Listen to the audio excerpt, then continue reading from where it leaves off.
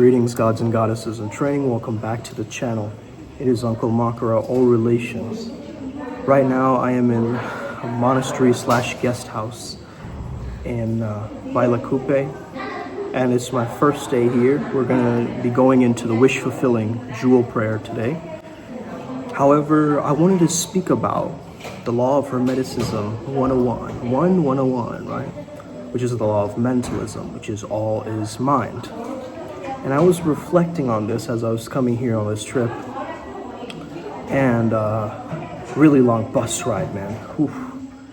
Really had to push through, you know. However, what I learned is, as I started to see these different aspects of nature, these different road signs, all of these different little synchronicities, maybe they were like branded things on the side of buildings.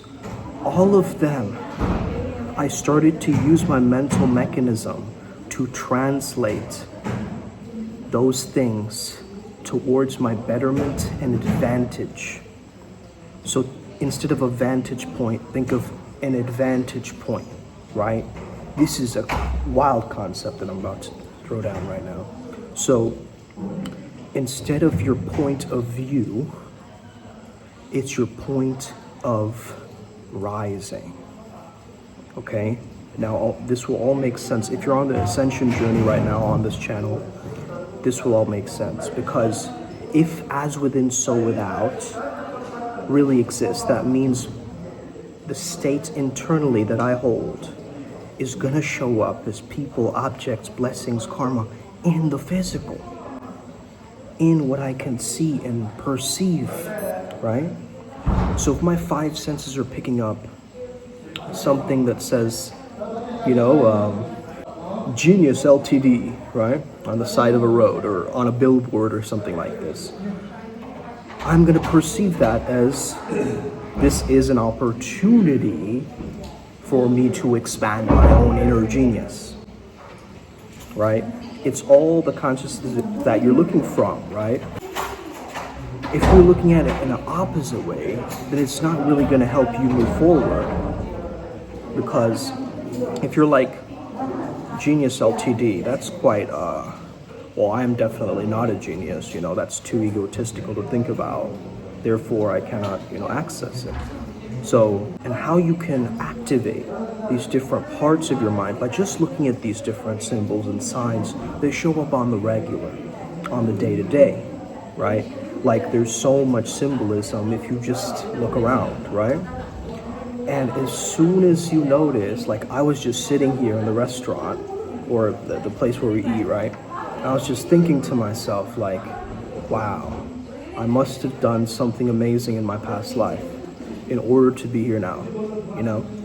And this kind of mentality actually puts you at cause, because you understand your mind as a meaning-making machine.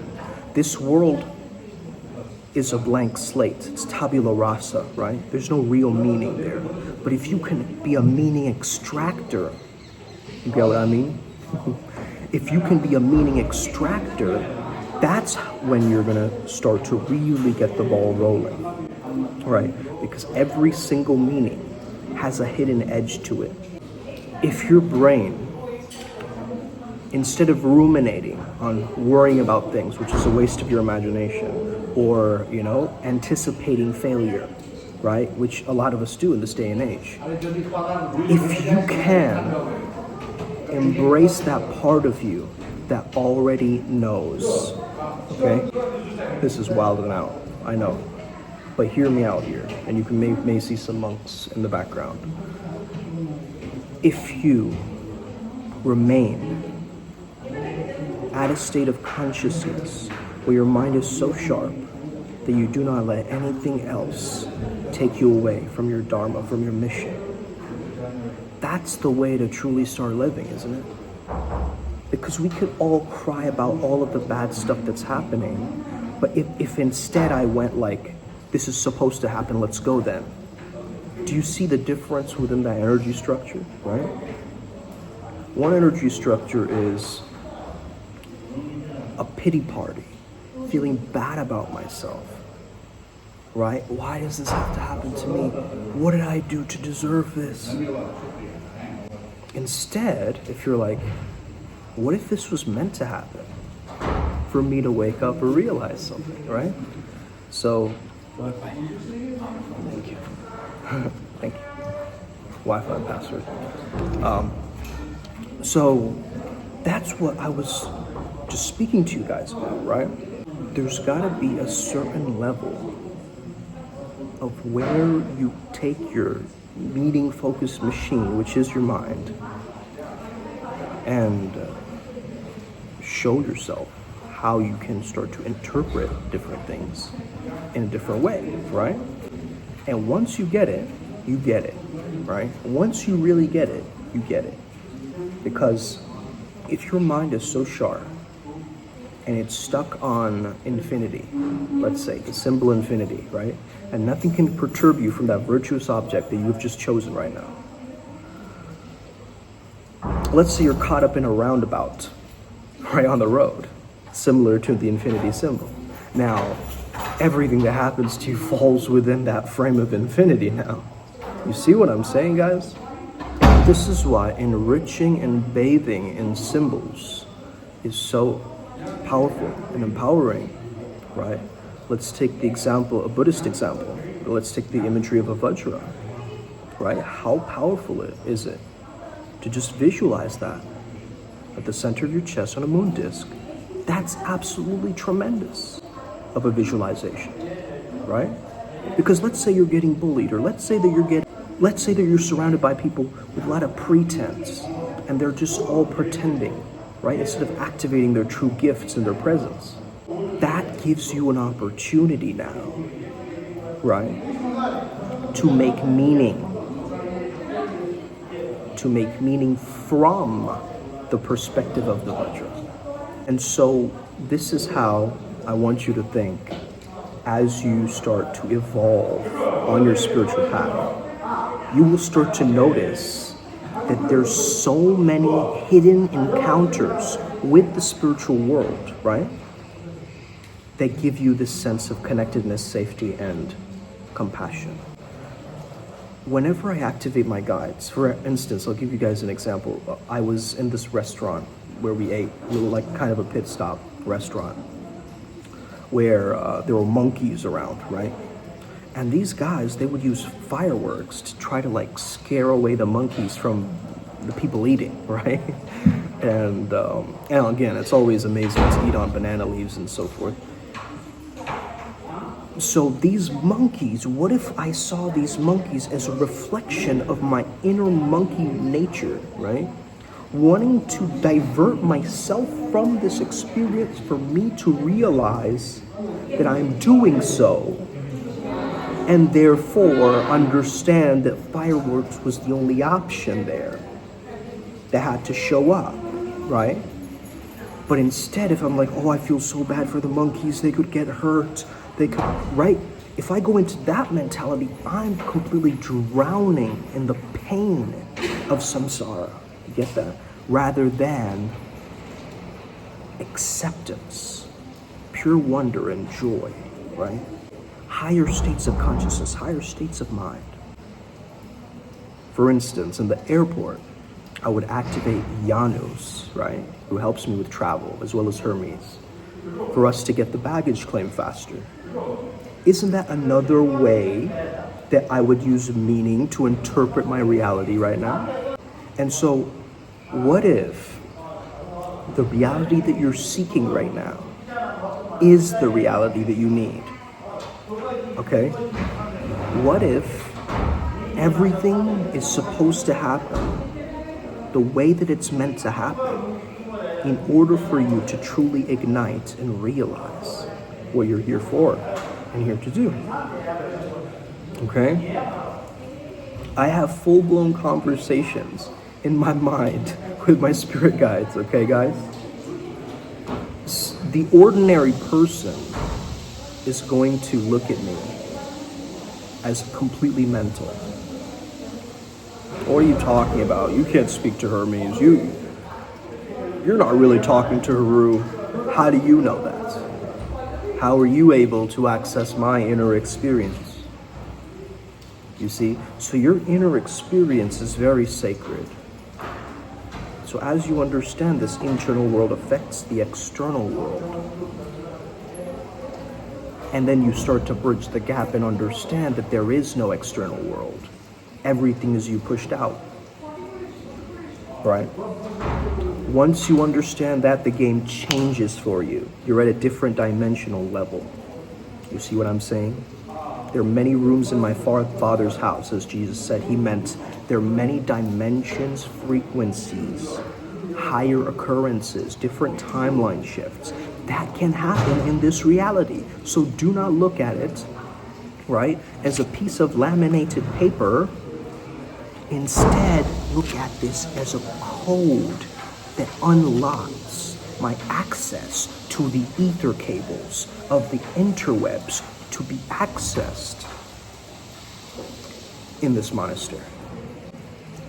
You see how expansive the thoughts become once you reconnect back to your meaning-making machine, your mind, your mental world, inner mental world, right?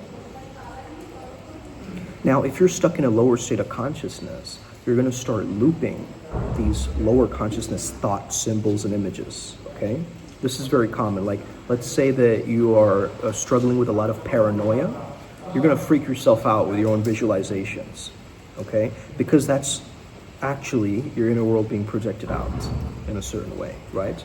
Something my dad said, which was very interesting, is that he said, if you believe, right, or if you know that these holy beings are here in this space, it changes the complete experience of the space, right? Let's say that you know that there is holy beings in the space, you're going to behave very differently. You're going to maybe keep your place clean, right, to attract those beings to be there more, right, because they're in the resonance of that divine, clean, decluttered perception, right? So this actually helps me a lot, man, because now I'm able to understand how I can start to perceive my messy room very differently now. It's just the mess in my mind, right? It's a joke if you really think about it. It's really just a mess in my mind. As an artist, you might have a very creative, messy space. That's valid because that's the way your mind is. So the right brain thrives in that uncertainty, in that mystery, in that chaos.